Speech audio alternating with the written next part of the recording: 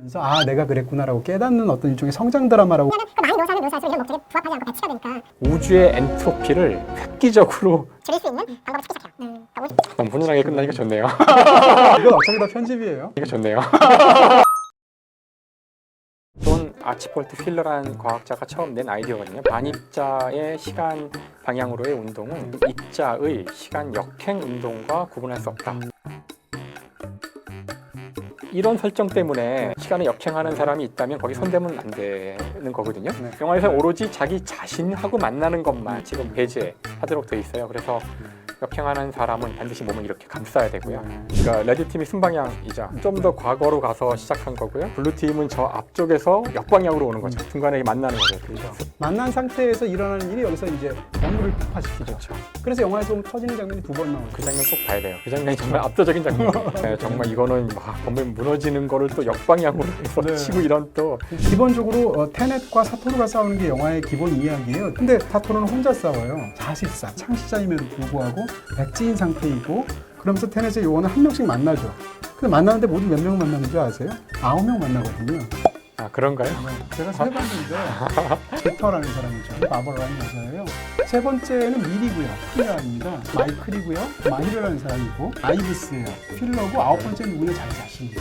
맨 마지막에 자기가 창시자라는 걸 알게 되잖아요. 이쪽에서는 이제 그것을 9개를 모아서 터뜨리려고 하는 세력에 맞서서 9개로 분산시켜서 나누어져 있는 지식 이 두 개의 과정이 더러 맞부닥쳐 있어서 그런 면에서 본다면 이 영화에서 기본적으로 다루고 있는 세상의 어떤 권력, 힘의 어떤 그런 부분들에 대한 크리스토퍼 놀란의 생각을 알 수 있다는 거죠. 여기서 인버전을 몇 번씩 하는 상황에서 죽음이라는 게 무슨 일인지 생각해 보셔야 돼요. 아, 재밌는 얘기네요. 이런 상황에서 그 사람을 정말로 죽이려면은 인버전해서 나타난 카피들까지 몽땅 한꺼번에 다 죽이지 않으면 이 사람 죽은 거 아니에요. 이게 돌아갈 때마다 두 사람, 세 사람 자꾸 늘어나거든요. 닐같이 몇 번씩 왔다 갔다 하면은 어느 주어진 순간에 수십 명의 닐이 존재하고 있어서 여기서 죽었다 이런 개념들이 상당히 모호해요. 그것도 굉장히 재밌는 개념인데 가만히 보면 닐이 터미네이터 느낌이더라고요. 약간 그런 느낌이 있어요. 그러니까 지금 이 주인공이 잘 들어가는 테넷을 이제 나중에 만든다고 하잖아요. 그리고 이제 이 사람은 보안이 굉장히 중요한 신복인 것 같고 주인공을 도와주러 계속 끊임없이 파견되는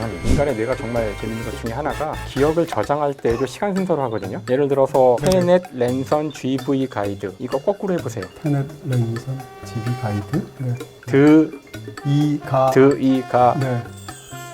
잘 안 되거든요. 단어 자체를 네네. 대한민국 거꾸로 해보세요. 국민 한대? 네 개도 쉽진 않아요. 그러니까 인간이 그건 할 수 있어요. 소주 만병만 주세요.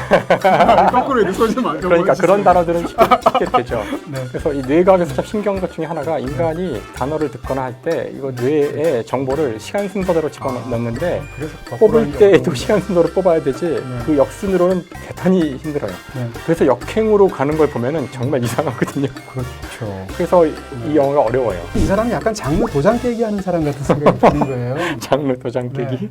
기본적으로 그러네요. 이 사람이 만들고 싶은 어떤 하나의 세계가 있죠. 특히 시간을 다루는 방식이 있고. 근데 영화에서의 플롯은 기본적으로 직선적인, 단선적인 거거든요. 근데 놀러번의 영화들은 굉장히 흥미롭게도 이 선이 중요한 게 아니라 폭이 중요해요. 항상 플롯의 폭이 중요하거든요. 만약 장르 도장 깨기를 하는데 자기가 만들려는 세계를 장르별로 다 만드는 거예요. 시대극 만들었죠. 프레스티지 같은 거 만들었고요. 메멘토처럼 범죄 스릴러 만들었었죠. 그 다음에 인터스텔라는 SF 영화이죠. 덩케르크는 전통적인 전쟁 영화죠. 이 영화는 뭐 기본적으로 첩보 액션 영화지 않습니까? 이런 식으로 이 사람은 자기가 어떤 장르에도 상관없는 거예요. 장악력에 대한 자신감이 있으니까. 다만 엄청 복잡하죠.